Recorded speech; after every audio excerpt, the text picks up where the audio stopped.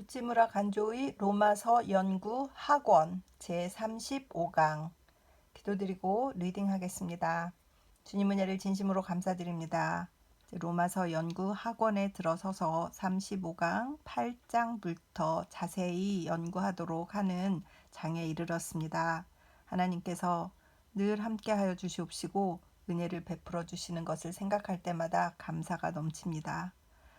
귀하신 우찌무라 간조 선생님의 평생의 귀한 작품 로마서 연구 부분을 잘 읽을 수 있도록 하여 주시옵시고 위대하신 신앙의 선배 선각자께서 깨달으신 내용이 우리에게도 잘 전달되어서 우리 신앙의 일생에 큰 힘이 될 수 있도록 도와주시옵소서. 듣는 분들도 같은 은혜로 같은 마음으로 리딩을 함께 할 수 있도록 도와주시옵시고 듣는 분들이 크신 은혜를 받을 수 있도록 주님 은혜를 베풀어 주시옵소서. 감사드리며 고마우신 우리 주 그리스도 예수님 이름 받들어 기도드립니다. 아멘. 35강 제목은 구원의 완성 2번이고 말씀은 8장 1절 한 절입니다.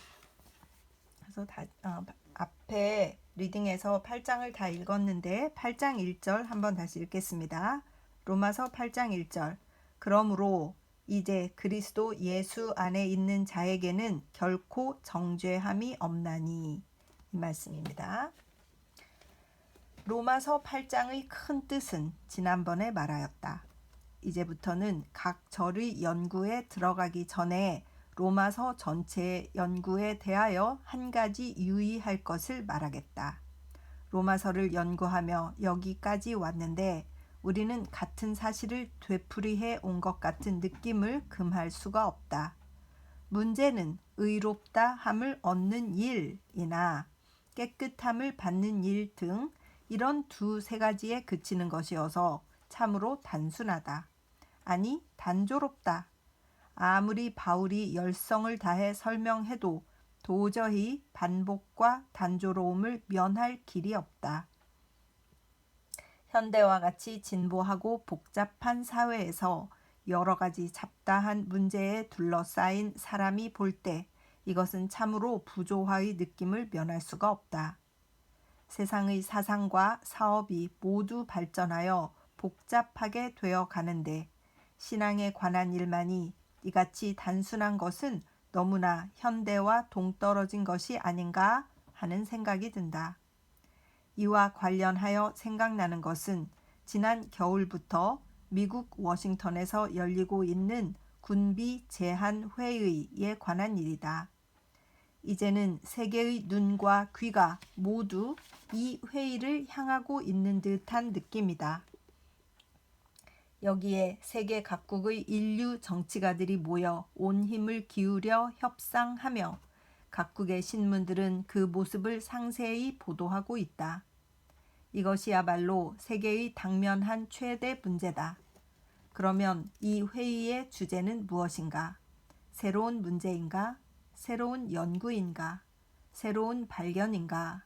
결코 그렇지 않다. 여전히 낡고 캐캐묵은 인류 사회 초반부터 있어 왔던 문제다. 죄송합니다. 그리고 그 문제는 결코 복잡하지 않다. 극히 단순한 단 하나의 문제다. 곧 사람과 사람의 사이, 사회와 사회의 사이, 국가와 국가의 사이에 어떻게 하면 정의가 실현되느냐의 문제다. 만일 이 정의가 실현되지 않는다면 다른 모든 좋은 일이 문명 세계의 모든 공익도 편익도 헛된 일로 돌아갈 위험이 있다. 그러므로 이 정의가 실현되지 않는다면 다른 모든 좋은 일은 있으나 마나다. 그러므로 어떻게 하면 정의가 인간 사회에 실현되느냐는 것이야말로 인간 세계의 최대 문제다. 다른 많은 책들이 사라져가고 있는데도 성서만은 왜 사라지지 않고 있는가?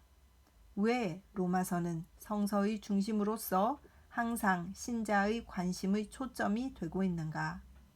그것은 인간 사회에서 정의 실현의 문제를 그 깊은 근저에서 해결해 주는 것이 성서, 특히 로마서이기 때문이다. 생각건대 인간 상호 간의 정의 실현의 문제는 당연히 거슬러 올라가 개인의 정의 실현의 문제이며 개인의 정의 실현의 문제는 또 당연히 거슬러 올라가 하나님 앞에 의롭게 되는 길이 무엇인가의 문제다. 왜냐하면 하나님 앞에 의로운 사람이라야 비로소 개인으로서 정의의 실현자일 수 있으며 개인으로서 정의의 실현자인 사람이라야 비로소 인간 상호에 대한 정의의 실현자일 수 있기 때문이다. 그러므로 어떻게 하면 인간 사회의 정의가 실현될 것이냐는 문제는 결국 어떻게 해야 사람은 하나님 앞에 의롭게 될 것이냐는 문제로 귀착된다. 그러므로 인류 상호 간의 평화의 문제는 결국 하나님과 사람 사이의 평화의 문제다. 또한 사람과 사람 사이의 정의의 문제는 결국 하나님과 사람 사이의 정의의 문제다. 워싱턴 회의에서는 우리나라 사람이 얼마만큼 이 문제에 마음을 기울이고 있느냐가 시험되고 있다. 물론 회의에 참석한 구미 각국 사람들이 모두 독실한 기독교 신자라고 할 수는 없다. 그러나 오랫동안 구미 민족을 길러온 성서가 아직도 그들의 감정과 정신을 지배하고 있지 않다고 누가 말할 수 있겠는가? 조상은 어떠하며 전통은 어떠한가? 그들 역시 자기 나라의 이익을 생각하지 않을 수 없지만 그 밖에 정대한 공의적 정신을 확고히 가지고 있는 것은 사실이다. 역시 문제는 성서의 문제다. 성서는 그들의 마음속 깊은 데를 움직이고 있는 것이다. 그렇다. 어떤 의미에서 성서는 여전히 그들을 지배하고 있다. 워싱턴 회의가 오늘날 세계 인류의 최대 관심사인 것은 결국 성서의 문제가 세계 인류의 최대 관심사인 것이다. 그런 의미에서 성서는 여전히 인류를 지배하고 있다고 말할 수 있다. 예언자 이사야가 이사야서에서 평화의 예언을 한 후 2600년 동안 인류 세계에는 여전히 전쟁이 그치지 않고 있지만 인류는 어떻게 해서든 전쟁을 그치게 하려는 희망과 이상을 품고 왔다. 평화는 바로 성서의 문제다. 성서의 정신은 평화 실현의 날을 보는 데 있다. 인류를 가장 힘있게 움직이고 있는 것은 성서다. 그러므로 인류가 가장 열심히 연구해야 할 것은 성서다. 로마서 8장의 대요는 지난번 강의에서 말한 대로 죄에서 벗어나는 일, 죽음에서 벗어나는 일, 하나님의 아들이 되는 일, 후사가 되는 일이다. 그리고 죄에서 벗어나는 일은 1절에서 4절의 주제다. 먼저 1절을 보라. 이러므로 예수 그리스도 안에 있는 자에게는 결코 정죄함이 없다. 이것을 원문에 충실하게 옮기면 다음과 같이 고쳐야 한다. 이러므로 이제는 그리스도 예수 안에 있는 자에게는 결코 정죄함이 없다. 이 구절은 아주 간단하다. 이것을 분석하면 이러므로 이제는 그리스도 예수 안에 있는 자 결코 정죄함이 없다라는 4개의 어귀로 되어 있다. 이같이 이 구절은 간단하다. 그러나 그 뜻은 결코 간단하지 않다. 특히 이 1절을 전후의 뜻과 연결시켜 보면 그 뜻이 결코 쉽고 간단한 것이 아님을 알 수 있다. 이러므로 그리스어의 알아, A-R-A, 영어의 therefore는 무엇을 받는 말인지가 우선 어려운 문제다. 보통 이 말은 바로 앞에 나온 말을 받아서 하는 것이므로 7장의 끄트머리를 받았다고 보는 것이 자연스럽다. 그러나 이렇게 보면 7장의 끝절과 어떻게 연결되느냐가 문제다. 7장의 마지막 말은 그런즉 내 자신이 마음으로는 하나님의 법을 육신으로는 죄의 법을 섬기노라이다. 이것을 받아 이러므로 라고 했다는 것은 좀 불합리하지 않은가? 이중인격의 상태에 있기 때문에 그리스도 안에 있는 자에게는 정죄함이 없다는 것은 뜻이 통하는 말인가? 혹은 육신은 죄의 법을 섬겨도 마음은 하나님의 법을 섬김으로, 다시 말하면 행위는 낮고 천하지만 이상만은 높기 때문에 그리스도 안에 있는 자는 정죄받지 않는다는 것이 되는가? 이것은 누구나 수긍할 수가 없다. 이같이 이러므로가 7장 끄트머리를 받았다고 볼 수 없는 이상 어딘가 달리 적당한 곳을 찾아내지 않으면 안 된다. 이것이 밝혀지지 않으면 도덕적으로 보아도 명백히 문제가 된다. 그러므로 단어 하나의 문제라고 하여 이것을 가볍게 볼 수는 없다. 고대나 그 밖의 주해자는 이 말이 7장 6절을 받은 것으로 보고 있다. 그렇다면 7장 7절에서 25절에 나오는 고민의 고백은 하나의 삽입문으로 보아야 한다. 물론 삽입문으로 보는 것은 단지 문법상의 견해이며 그 때문에 그 의미를 가볍게 보는 것은 아니다.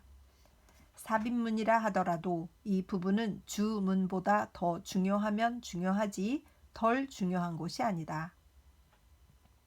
7장 6절을 보면 그러나 이제는 우리를 얽매였던 것에 대하여 죽었으므로 율법에서 벗어났으니 법조문의 낡은 것으로 아니하고 영의 새로운 것으로 섬긴다고 하였다. 이것을 8장 1절의 이러므로가 받았다고 보면 의미의 연결이 매우 자연스럽다. 법조문은 버리고 성령으로 섬기게 되었으므로 그리스도 안에 있는 자에게는 결코 정죄함이 없다고 하면 누구에게나 의미가 명백해진다. 원래 7장 6절은 전 단락의 결론이다. 이 말에 그 앞의 모든 서술이 총괄되었다. 그리고 이제 8장에 들어가면서 이 말을 받아 먼저 이러므로라고 하여 앞장과의 관계를 유지하면서 새로운 문제를 제기한다. 의롭다 함을 얻는 길, 깨끗함을 받는 길을 이미 다 말했으므로 그것을 받아 8장과의 경계선에서 이러므로라고 했다. 드디어 이제부터 구원의 완성, 완전한 성화를 말하려는 분수령 위의 이러므로이다. 한 단어지만 그 위치는 결코 작은 것이 아니다. 이제는 이제 와서는 이다. 그리스도가 이미 우리의 죄를 지고 십자가에 달리신 이제는, 그리스도가 이미 부활하여 하나님의 우편에 계신 이제는, 이 그리스도를 믿어 의롭다함을 얻고 깨끗함을 받게 된 이제는 이다.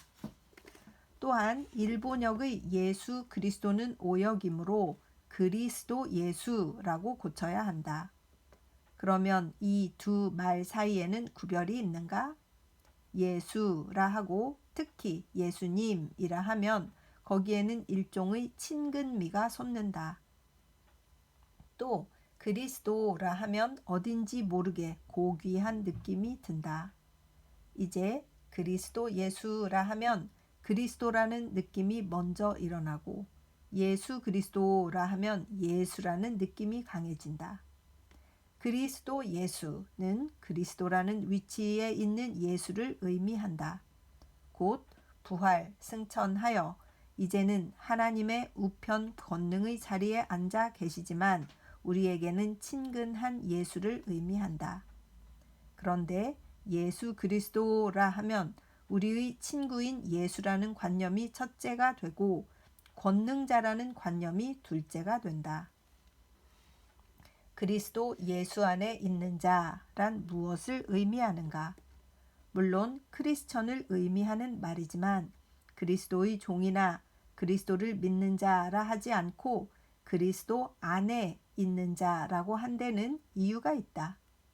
이것은 그리스도와 신자의 가장 깊은 관계를 말한다.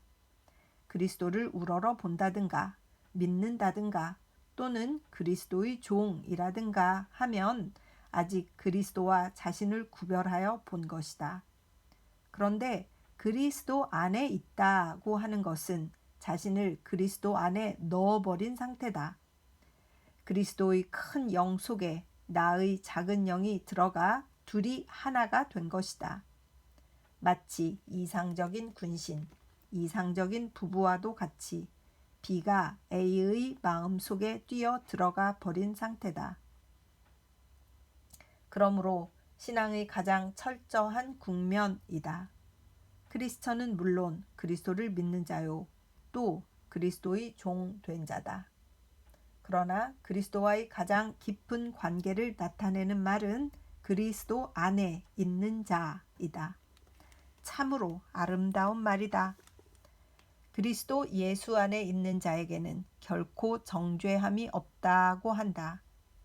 정죄함을 받지 않는다는 것, 하나님에게 멸망의 선고를 받지 않는다는 것, 죄의 열매인 멸망을 당하지 않는다는 것. 이것이 인간으로서 최상의 소원이요 또 노력이어야 한다.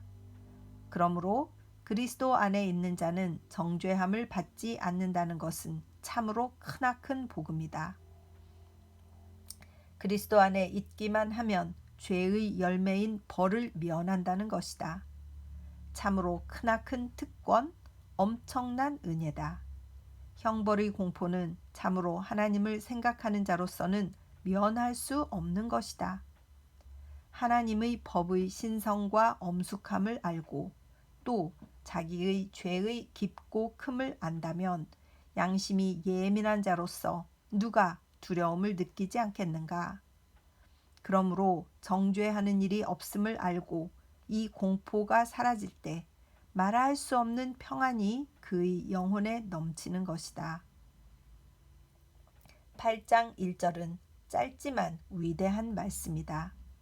이 말씀을 깊이 음미하여 중심에서 우러나오는 자신의 말로 할 수 있는 자는 행복하다.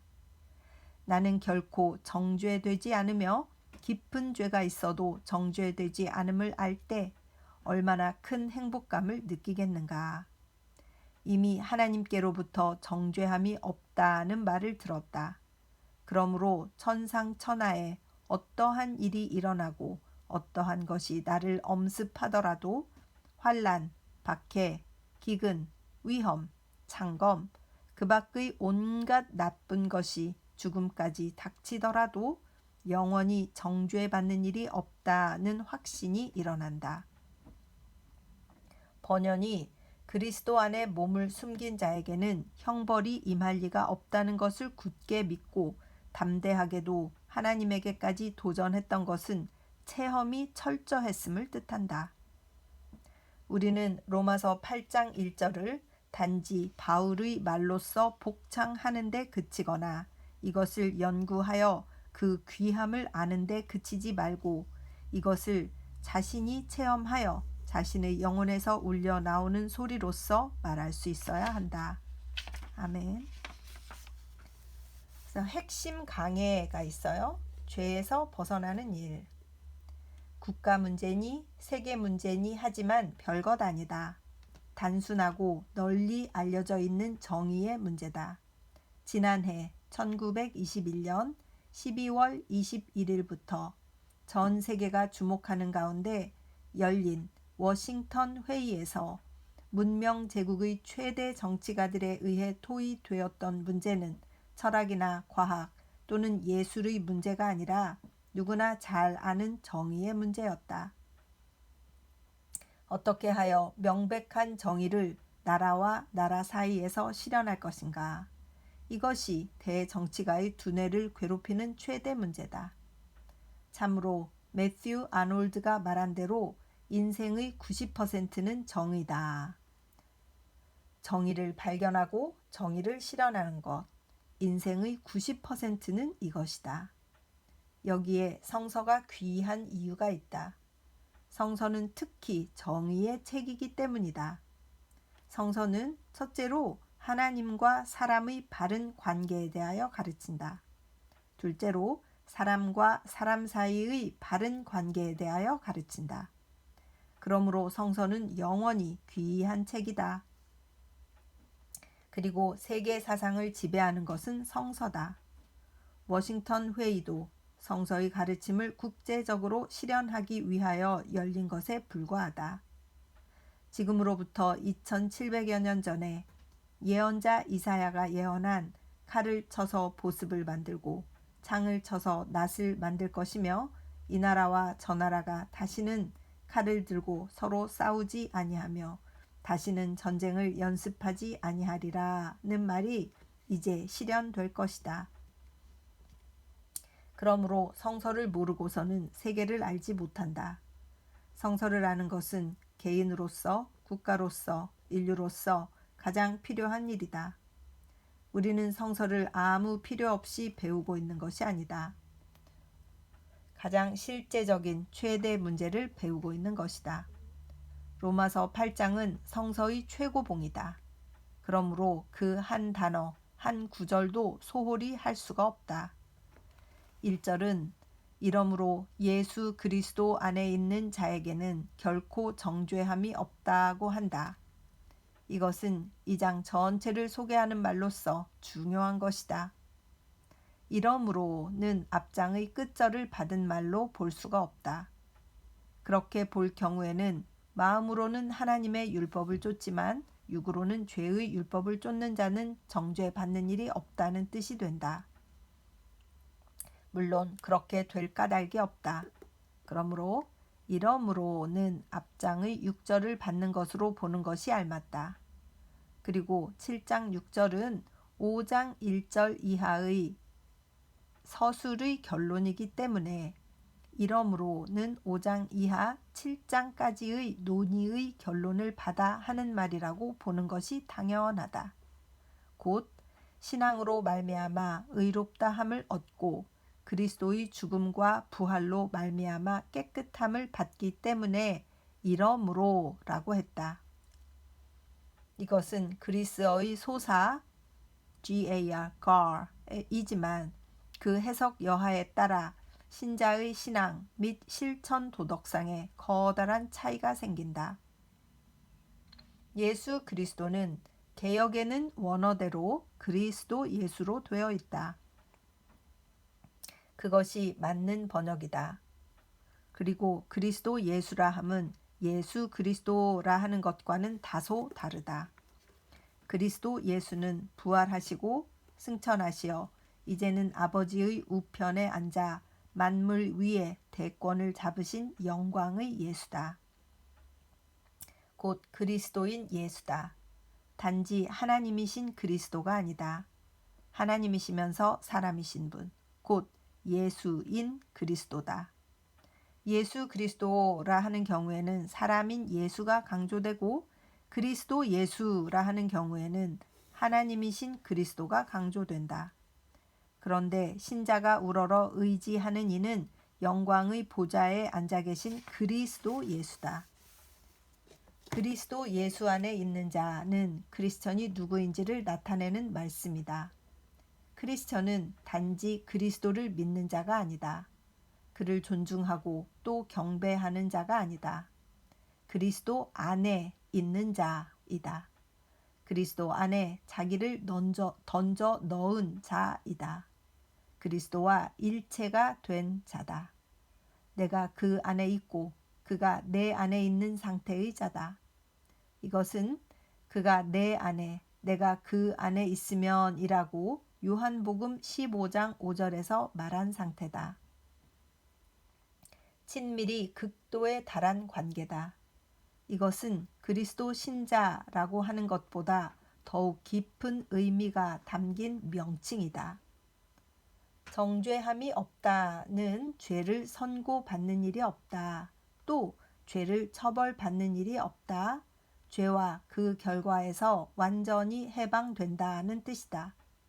곧 죄책, 및 형벌을 없앤다는 것이다. 그리스도 안에 있는 자에게는 완전한 용서가 있다는 것이다. 개역을 본떠서 이러므로 다음에 이제라는 말을 넣을 필요는 없다.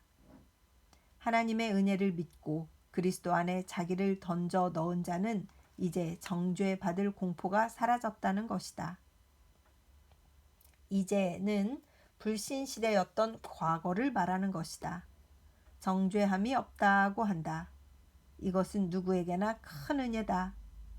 구원의 한 면은 확실히 죄의 당연한 결과인 형벌의 공포로부터의 해방이다. 이 공포가 없이는 복음이 복음인 이유를 모른다. 그런데 현대인에게는 이런 공포가 없다. 그들은 하나님은 사랑이라고 주창하며 그가 죄를 미워하고 죄인에게 책임을 묻고 회개하지 않는 죄인에게 벌을 내리시는 것을 믿지 않는다.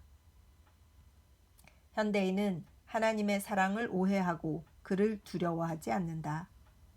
그들은 성서에 살아계신 하나님의 손에 빠져 들어가는 것은 무섭다. 히브리서 10장 31절라는 말씀을 읽고도 그 두려움을 느끼지 않는다. 그들이 복음의 고마움을 느끼지 못하는 이유는 여기에 있다. 또한 그들이 종교적 열심을 일으키지 못하는 이유도 여기에 있다. 바울을 비롯하여 루터, 크롬웰, 번연 등 믿음이 깊은 신자는 모두 이런 공포를 느꼈다. 자신이 지옥에 갔다 온 실증이 있었기에 단테는 저 신곡을 저술할 수 있었다. 이 실증이 없는 근대의 종교가와 문학자들은 신곡의 예술적 측면을 이해하는 데 그치고 그 신앙적 핵심은 전혀 이해하지 못할 것이다. 오늘의 리딩은 여기까지입니다. 8장 1절에 이러므로의 중요성, 이제는의 중요성을 이렇게 또 자세히 설명하셨고, 또 핵심 강해에서는 앞의 내용을 다시 반복함으로써 그 중요하다는 부분을 아주 강조하시려고 굉장히 애를 쓰신 것 같아요. 그리고 무엇보다도 중요한 것은 그리스도 안에 있는 자, 이것이 그리스도와 신자의 가장 깊은 관계이기 때문에 우리가 그리스도 안에 들어있는데 어떻게 죄가 우리를 정죄할 수 있겠습니까? 죄가 없으신 분 속에 쏙 들어가 있는데 이런 마음이 드니까 8장 1절이 아주 굉장히 다정하게 느껴지고, 우리가 이제 어떻게 해야 될 것인가 하며 길을 딱 보여주는, 어두움 속에 있을 때 빛이 탁 켜지면서 그리스도 안으로 들어가라, 이렇게 말씀하시는 것 같아서 굉장히 짧고 위대한 말씀으로 저도 받아들여집니다. 이 말씀을 정말 음미해서 저 자신의 말로 정말 내가 이런 상태다라고 말할 수 있을 때까지 묵상하고 주님께 간구하는 것, 이것을 해야겠구나, 이런 생각이 드는 오늘의 리딩이었습니다. 기도드리겠습니다. 주님의 은혜를 진심으로 감사드립니다. 8장 1절의 짧은 말씀이지만 그리스도 안에 있다는 것에 대한 엄청난 특혜, 엄청난 은혜, 정죄를 받지 않는 어마어마한 특권, 이것에 대해서 설명하신 것을 감사를 드립니다. 귀하고 귀하신 우리 우찌무라 선생님께서 또 귀하게 남기신 이 책을 통하여서, 또 로마서 연구를 통하여서 바울이 무엇을 말씀하시고자 했고, 또 그것을 깨달은 우찌무라가 우리에게 무엇을 설명하려고 하는가를 잘 알고 우리가 또 같은 은혜로 크게 은혜를 받아서 주님 안에서 행복한 삶을 살며 주님의 천국을 소망하는 귀한 주님의 자녀들 될 수 있도록 인도하여 주시옵소서. 감사드리며 우리 주 그리스도 예수님 이름 받들어 기도드렸사옵나이다. 아멘. 사랑하고 축복합니다.